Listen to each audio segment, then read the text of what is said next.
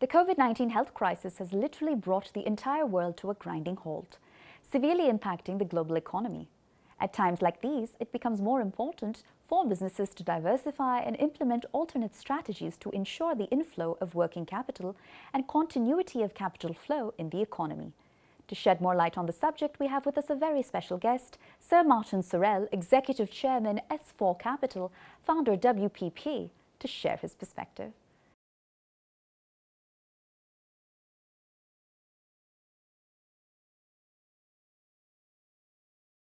When I left WPP, and I chose to focus on growth, because that's what drives certainly the markets, not just the listed markets, but the private equity markets and the private markets and the family controlled markets. So very focused on growth. And there were four basic principles around the foundation and development, the early development of S4. The first was that we were just interested in digital. We're not interested in any form of traditional communication. There were a second principle, and that's because the growth was there. I mean, the digital market is now, the advertising market as a whole last year was about $550 billion to $600 billion. This year, because of COVID and the impact of COVID, it will probably be about 500 billion. But interestingly, the digital piece, which last year was around 245 billion to 50 billion, will be roughly the same this year. So despite the fact that the overall market has fallen by about, let's say, 15%, traditional media has fallen by almost double that, and digital has remained constant. And of course, as a result of that, digital's market share is now over 50%. Even the Financial Times has woken up to that just recently. And next year, we think it will be, or the year after, it will be 57.5% by 2022. And by 2024, Michael Nathanson, one of the best analysts, media analysts in America, forecasts it will be 2/3 of the media market. And of course, there's other parts of the market as well that we're interested in, about 500 billion in public relations and market research and data, and another 700 billion in trade budget. So the whole addressable market for S4 is about 1.7 trillion. The second point was that there were three areas. I mean, WPP is run into hard times. It's been a tough environment for the last few years, but particularly for them and the ad holding companies for the last two years. But if you looked at the portfolio that I left behind in 2018, the $20 billion portfolio, there were three real areas of growth. First party data, digital advertising content, and data and analytics and programmatic. So we started to build S4 around those three pillars. And today, of course, we developed a very strong content pillar and a very strong data and analytics and programmatic pillar. So this is a new model. It's an iterative model. It's a 24/7 model, always on. It's rather like an election model. It's in terms of style, but without an election date, because we think brands and clients have messages coming at them all the time, and they're giving out messages in response or initiating messages all the time. So you can't have a perfect piece of film around your big idea anymore. You have to react very quickly, and you have to be always on. And so therefore it's an iterative process. You may not come out with the most perfect piece of communication. You use the data to create the content, dynamic content, personalization at scale. You pump it out programmatically, you see the results, and then you refine. The Netflix model is what I call it. When we do a piece of work for Netflix, we can create about 1.5 million different creative executions, and depending on the consumer response, we'll tailor it. So that's the second principle. The third principle is faster, better, cheaper. Faster means agility. That's the key corporate attribute, whether you're a tech company or whether you're an analog company. And so agility is key. Better means understanding a large number of companies even more closely. So the 6 platforms, Google, Facebook, Amazon, Tencent, Alibaba, and TikTok, which is the one that's broken through. Those platforms dominate digital advertising. Last year, Google was 165 billion. Facebook was about 65 billion of ad revenues. Amazon was about 15 to 20 billion, and TikTok had broken through to about 7 billion.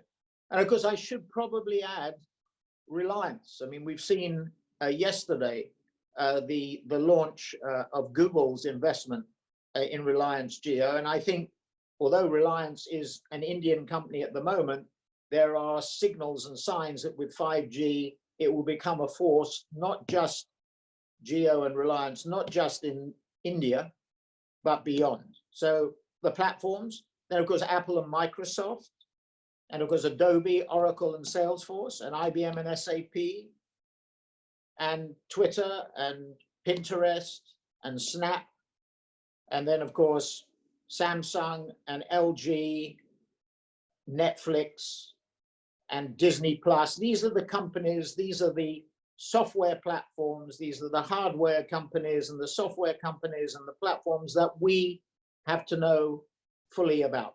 So that's better, and cheaper means efficiency, not ZBB, not zero-based budgeting, because I think that tended to ignore the investment needed in innovation and branding, but really being efficient, particularly in a low growth world where there's very little inflation, and therefore little pricing power, and therefore focus on cost.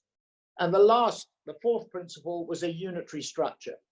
The idea of having multiple brands no longer works, because what clients want is focus they want focus on them, and they want the best talent being brought together for them. So those are the four principles, and that's the background to what I'm saying. So let me first deal with what I think the shape of this recession. This is a recession without parallel in my experience. I think the only parallel you could go back to would be a world war, because it has affected everybody.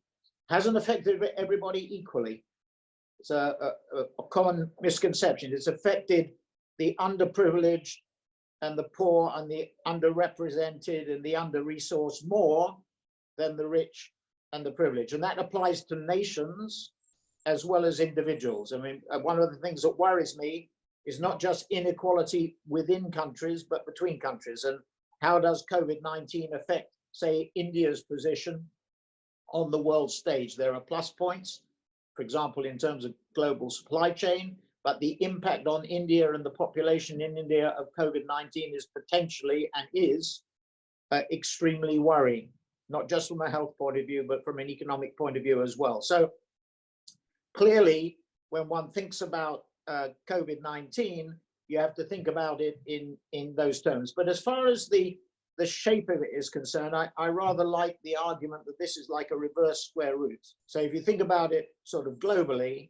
you've seen steady growth and then a sharp contraction, but then a flip up, but a flip up not back necessarily to where we were before. So reverse square root to me seems to be a better description than necessarily V or U or W or L. And I'll come on to that in a second, because I think you have to think about it, the shape and the impact in terms of different verticals and different categories. But that's general overall. The swoosh, as an example or as a parallel, I think is not the right one, because it implies that you're going to go above where you were before, whereas in fact, it may be difficult, certainly for the economy generally, in the short to medium term, to get back to where it was in 2019.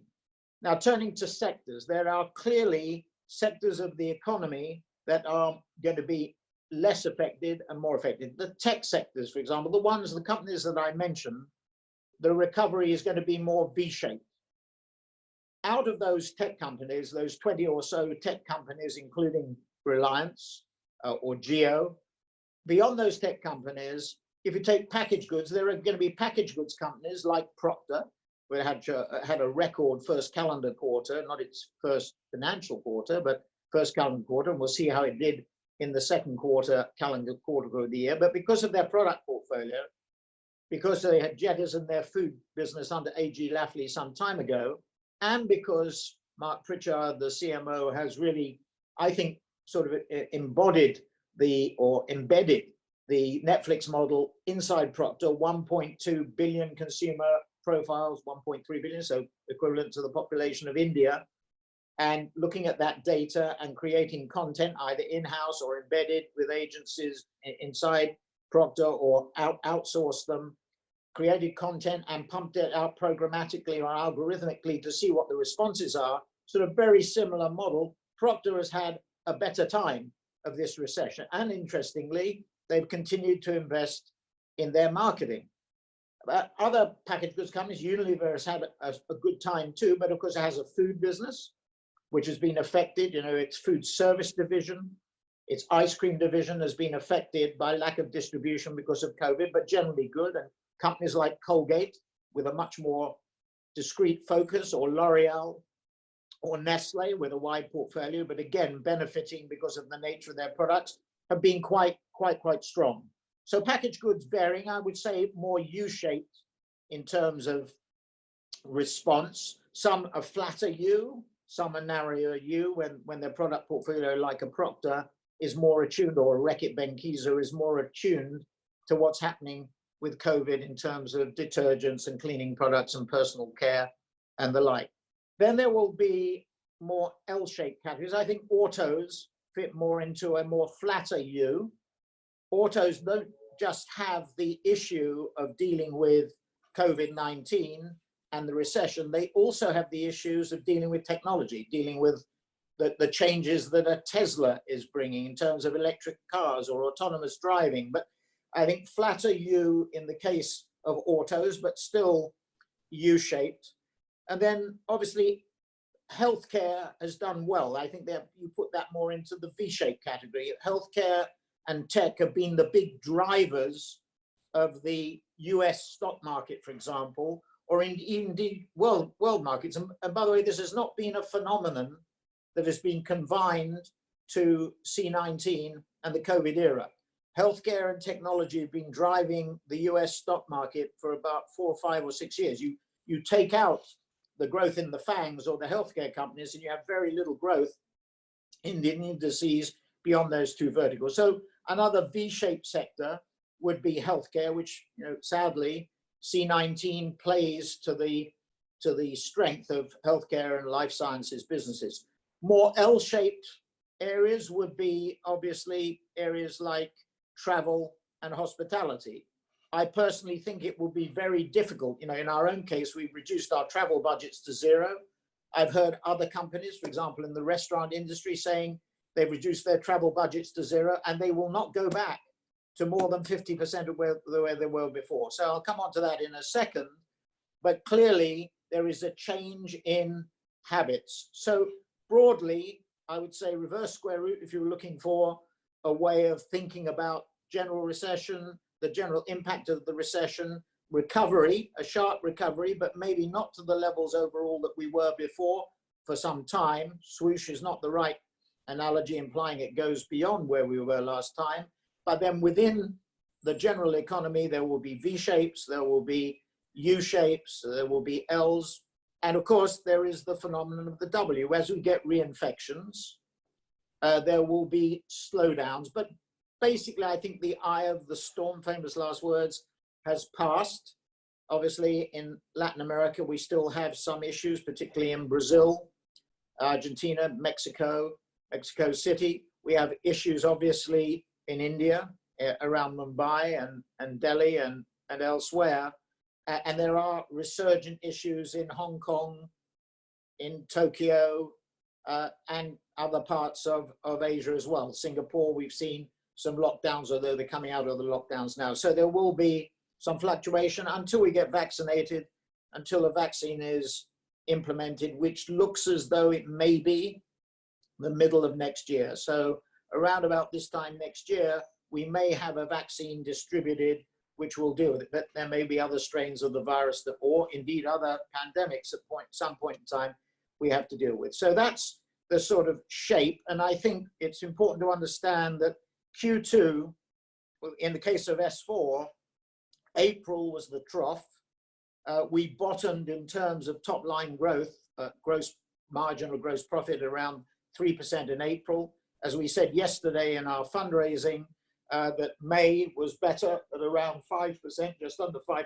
We think June will be better. So I think Q2 is the trough. And when you look at the Q2 results that are coming out, we've just seen the banks come out with their results like JP Morgan and Goldman and Citibank, etc. Heavy provisions, but maybe over provisioning because anticipating the losses because of the uncertainty around future bankruptcies. But essentially Q2 is a bit of a bloodbath, if I can put it that way. But I think Q3 will see a relative recovery, Q4 a relative recovery, and then 2021, I think we will see that reverse square root recovery come into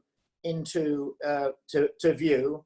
And I think certainly in the digital world, that it will be improved. Which brings me to my sort of third point. We've talked about S4, we've talked about the shape of the impact. And I think the impact is basically one of acceleration. The impact of COVID-19 is to accelerate digital transformation to a degree that we haven't seen before. Satya Nadella at Microsoft was the first one to coin the phrase, I think, where he said, you know, we've seen, 3 years transformation within 3 months or whatever the analogy was, and others have used very, very similar analogies. And there has been a general acceleration at 3 levels.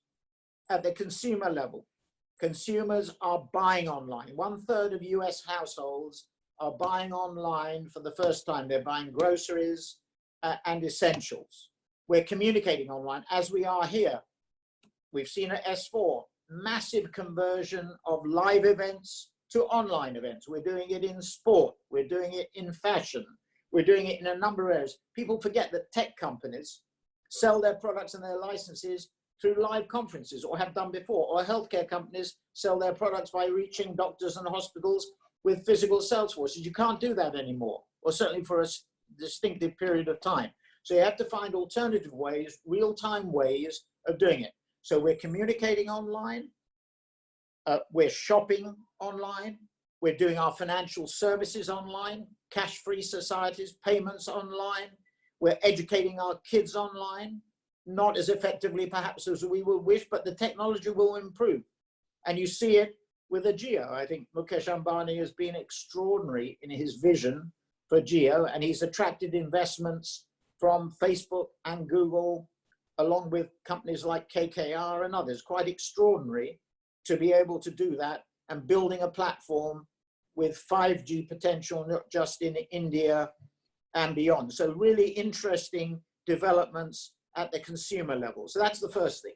The second thing, and I'm talking to a conference, a global town hall organized by a media organization, which has seen through this sort of means the importance and change of digital in a market like India, which is still heavily dependent and centered around traditional media. Digital acceleration will have, or digital development and transformation and disruption will have an increasing impact on traditional media. We see it around the world with the impact on free-to-air media, on network TV, as the streamers, as Netflix, as Disney Plus. You saw what happened with Hamilton. When content is great and it's put online, the pull to the audiences is huge, even during lockdowns, or maybe stimulated by lockdowns. And we're seeing free-to-air television come under very heavy pressure. We're seeing newspapers and magazines fall. Rupert Murdoch, I think, has closed something like 100 local titles in Australia. We've seen the fall here in the UK of a number of print versions, which will probably, of newspapers and magazines, which will probably not come back. Again, I had dinner earlier this week with the international head of one of the major magazine groups, and he said basically advertising revenues had collapsed for the physical version. So this is going to have enormous impact, but it's an acceleration of a trend that was already there, or trends that were already there that are being driven faster. So media is being impacted, consumers, media, and then finally, and probably most importantly, the impact on enterprises. Managers of companies who before COVID-19 were jogging along, from 2008 after the great financial crisis, GDP growth was 2, 3, or 4%. So you could grow at 2, 3, or 4% your top line. You could cut your costs a little bit. You could buy back your stock, uncontrolled listed company, you could buy back your stock, and the EPS would rise by something like 5 to 10% a year, and it was fine. And on average, a CEO would last in an uncontrolled listed company for about 5 years. So it continued well, and it was a good legacy to leave. All bets are off now. The status quo has been disrupted. That Q2 is going to be a bloodbath. So there is no penalty now for coming out with bad results or results that have heavy provisioning for digital transformation. So you are going to see, in my view, a swathe of provisioning by big listed companies. We've seen it in the energy sector with BP and Shell, I think, provisioning something like 23 billion US against the company, not for purely for digital transformation, obviously, but for the energy and the oil price, but also for restructuring of their companies. They're using the opportunity, somewhat sadly, to make the restructuring changes that are necessary. I mean, it's a sad thing about human nature that in good times, you don't implement change because you're comfortable. It's only in bad times when there's a burning platform, and COVID-19 is a burning platform that you do it. So the third big factor is going to be, an influence is going to be on enterprise. So impact on consumers, impact on media, impact on enterprise. And the final thing I just want to say a little bit about is the changes that we've seen at S4 and that we see elsewhere. I mentioned the impact on travel. I mentioned the fact that, actually our operating profitability in May was up quite sharply in comparison to last year because our indirect costs had fallen quite substantially. We've not laid off people. The holding companies are throwing out 50,000 people on a global basis, the ad holding companies, and in America, the ad holding companies and the independents are knocking out about 50,000 people. It's very sad and will have a dramatic impact on our industry. We've actually been hiring through COVID. Our top line for the first 5 months of this year is up 12% on a like-for-like basis and 14% on a pro forma basis. So we've actually grown through COVID by less than we wanted to, but we've grown through COVID.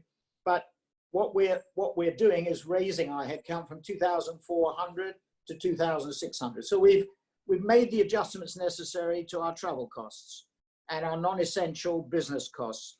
We've reduced freelance, but we've maintained the fabric of our company because, as we raised last night, 115 million pounds of equity, we're trying to prepare ourselves for the post-COVID world, for this next normal, and to be aggressive in terms of our expansion at a time when everybody else is pulling in their horns. So we will see, I think, a permanent effect on travel. I've heard several CEOs of companies much, much bigger than us, we're peanuts in comparison to them, and they're saying their travel budgets have gone to zero. It is highly unlikely it will go to more than 50% of where it was before. We're going to see an impact on office working. I mean, certainly in our own company, we're in 30 countries. We have 43 leases, we operate in 43 cities with more than 43 leases. We have multiple leases in many cities because we brought our company together very rapidly in the last 2 years. And what we've committed to is 1 property per city, and we're changing the footprint. Most of our people, they tend to be youngsters. 2,000 of our people, the monks as we call them, and on the content side, average age 32, 600 mighty hivers, the programmatic and data analytics people, average age tend to be around 25. And they've obviously, many of them don't have the resources at home. They might be living with their parents. They might be living on their own. They might be young couples with kids and not have the resources. So you have to be flexible. Some of them want to spend the full day back in the office, but most of them want flexibility. They want flexibility, 2, 3, 4 days working a week in the office, flexible commuting times, which is going to be very important because public transport is not favored at the moment with C19, and people want the flexibility of timing and transport. And obviously public transport is crammed in the morning and crammed in the evening and congested. So that probably will change, and that's going to have an impact on the demand for property. I'm not saying overall demand necessarily would be reduced that much, because obviously if you have physical distancing, which I think is a better description than social distancing because it's unsocial, but physical distancing will maybe increase the demand in some cases for space, but the pattern of demand is going to shift. A city like New York and Chicago becomes less attractive. A city like Boston, or indeed some of the West Coast cities, or Austin or Denver, become more attractive. Distance working is going to become more effective. So property demand is going to be, and then, as I said, working from home, more flexibility is going to become more important. And I'll finish with a point that Dean Fuller, Joe Fuller at Harvard Business School, it was an interesting presentation about the future of work. And he had his last slide in the presentation was about companies are going to become more about individuals than they are firms. So just in the way I described our personalization at scale, about the fact that we at S4, at Media Monks and Mighty Hive are creating content at scale and delivering it, distributing it algorithmically at scale, personalization at scale, the ultimate one-to-one communication that David Ogilvy in the very early days remarked, I know, with his history at Gallup and founding the agency, Ogilvy Agency, at the age of 40, the thing he fastened on.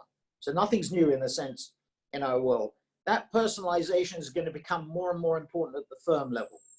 And you're going to have to think about your firm as a collection of individuals more than as a firm. I mean, a lot of old farts like myself, 75, think about how important it is for people to congregate, and it is, the water cooler conversation, the ideas that are sparked by dialogue. But this technology that we're using, don't forget that we always, as Bill Gates has often said, we always underestimate the pace of change. This technology, and you see it again, I come back again, it's the third time I've mentioned Mukesh Ambani and Jio and Reliance. Just look at that development. Look at that AGM yesterday. I'm very proud of the fact that we're involved with the MBIBE initiative, the education, the online education initiative around Reliance and the foundation and everything. And that's that has such tremendous social impact. But look at that and look at the pace and growth of it and just think about the implications of it. So this technology is not static. It will be. I'm not saying it'll be beam me down, Scotty, but we'll get close to it. And the need to travel, I mean, my travel pattern is going to change. I'm not going to do as many trips. I probably will do fewer trips, but for longer periods of time. I will move, you know, you can run a company or try to run a company in any part of the world. What we've gone through in the last 4 months proves it. So that's my summation of this next normal. Thank you very much. So thank you so much for sharing your insights. We encourage everyone in the audience to keep visiting the Resource Center for assets you'll find a lot of value in. Likewise, please feel free to visit our help center in the lobby for any queries related to this event. And do keep an eye on the leaderboard section to discover and determine your overall score.